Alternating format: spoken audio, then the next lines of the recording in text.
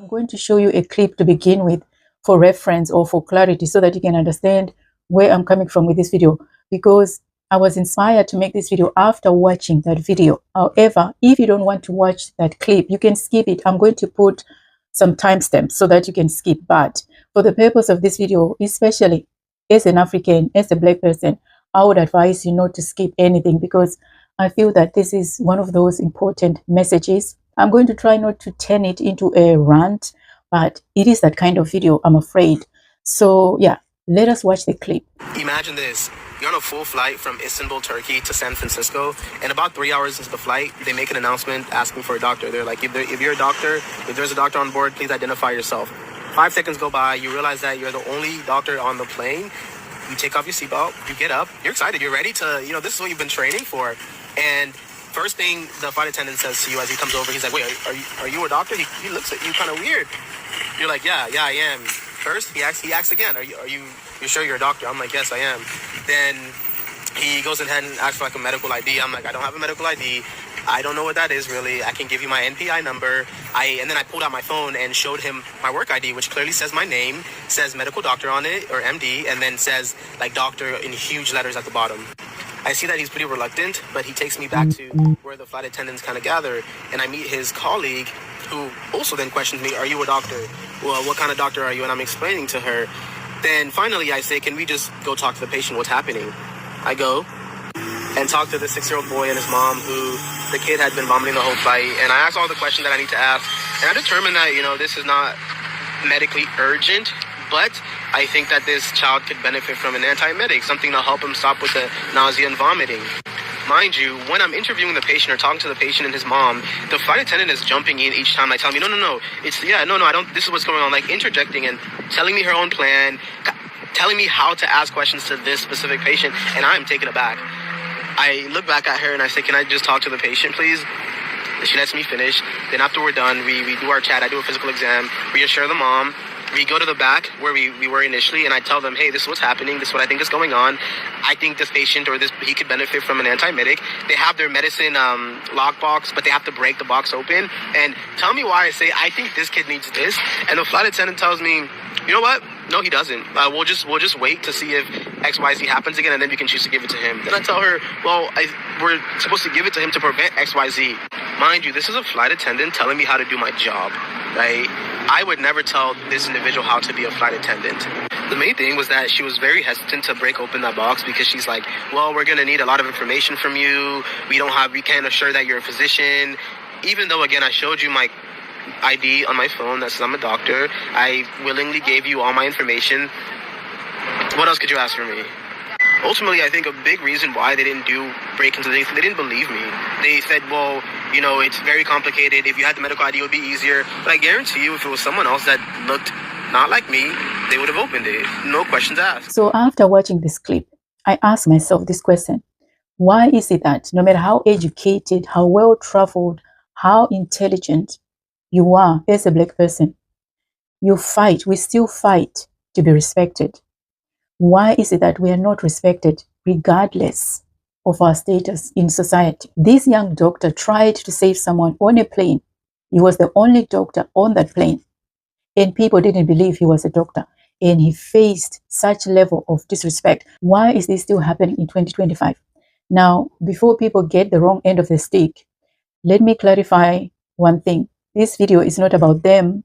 It's not about those people who disrespected the doctor. It's not about the people who disrespect Black people or Africans. Because what I'm trying to do in this video is to get to the bottom of why people tend to disrespect Black people or Africans. This is not the usual blame others narrative. No, this is not that video. We can talk about that R word all day. We can talk about it until we're blue in the face. The fact still remains. The problem we have as Africans, as Black people, starts with us. It starts with you and me. That is where the problem is. Our mentality as Black people is the major problem. When it comes to the way the world sees us, when it comes to the way the world interacts with us. And when I talk about the world, I'm talking about the world in various contexts. And that clip that I've just showed you of that young doctor is just one of many contexts. that we find ourselves as Black people, contexts where we are disrespected, where people don't really trust what we say, where people don't really take us seriously. That is what I'm talking about. This is what I'm going on about. And if that makes you uncomfortable, if you're feeling uncomfortable right now listening to me, then good. Because it's not meant to be comfortable. It should make you uncomfortable. That is the point. That is the point. So anyway, going back to my reasons as to why people don't respect Black people that much, or Africans. I have my reasons. I have talked about some of these reasons many times on this channel, but I want to go a little bit deeper with those reasons because there are some things that I haven't really articulated in some of my videos. But today's video is that kind of video. The first reason why people don't respect Black people all over the world, I don't care how many PhDs you have, I don't care where you live in the world, I don't care. These are the reasons why you're not respected. You might say, oh, my neighbor respects me, oh, my boss respects me. This is not that kind of conversation. So anyway, the first reason why people don't respect Black people or Africans is we don't respect ourselves to begin with. We don't respect ourselves. Talk about self-hate. Talk about colorism. Let's talk about that for a second. I mean, how many of us look down or look at those people who are darker in complexion? I mean, because Black people, we come in all shades. And if your shade is darker than other shades, then for some reason, we look at that person as not good looking or ugly. I mean, I don't want to go into the labels, into the words that are associated with that person. I don't even want to go into it, but you know exactly what I'm talking about. And also, let's talk about hair. I mean, I'm not excluding myself in this conversation, by the way, but I'm also trying to be better. I'm trying to do better. So this is why I'm having this kind of conversation. It's not that I'm saying I'm better or my mindset is better than others. No, but I'm just striving to do better as a human being every single day, especially as an African woman. I'm trying to do better. So yeah, hair and also our culture as well. For some reason, there are some Africans who have convinced themselves that our culture is not right. There's something wrong with our culture. I know culture is dynamic. Culture changes over time. I get that. But I'm talking about some things that do not change. There are some things about our culture that do not change. And those are things that make us who we are as Africans. So it appears as if we are going to great lengths to reject parts of ourselves.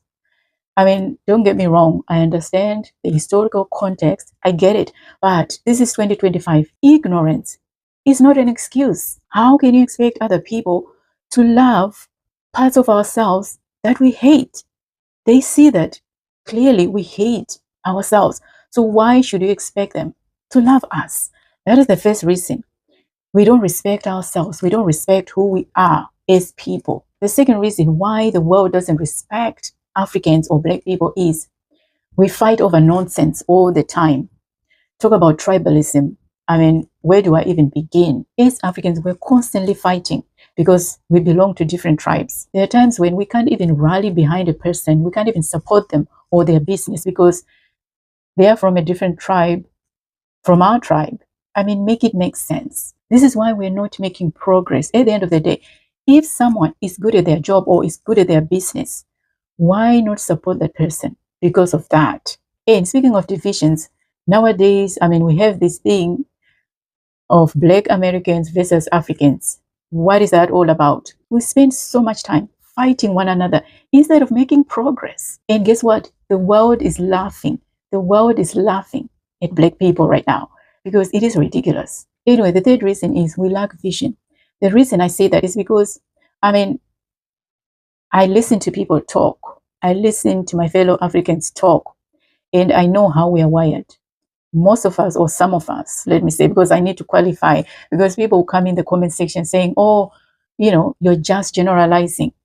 There's a reason for me to say this. So anyway, according to my opinion, let me say, according to my opinion, from my observation, looking at us, our interactions, we have this, as long as my family is fine mentality, as long as I'm okay. We don't look at the bigger picture. We don't connect the dots. But what we need to remember is that everything is connected. Our decisions, your decisions, my decisions will affect you one way or the other. Your decisions will affect your neighbor. They will affect the community. They will affect your country. They will affect the whole continent. Your decision. I'll give you an example. If you're operating a business and you operate that business in a corrupt way, how do you think that it is going to affect the people who need to be employed by you in your business? If you get bad reviews and people stop coming to do business with you and you go broke, your company eventually closes, how do you think that that is going to affect the people who were employed by you?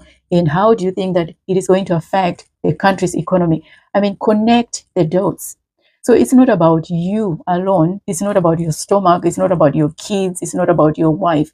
It is about your neighbor. It is about the community. It's about the country. It's about the whole race. Because right now, if you talk to people, especially when it comes to dealing with Black people who are in business, the level of trust, comparing to other groups of people, the level of trust is very low. And if you look at the numbers, you'll find that the money doesn't circulate for a long time within the Black community.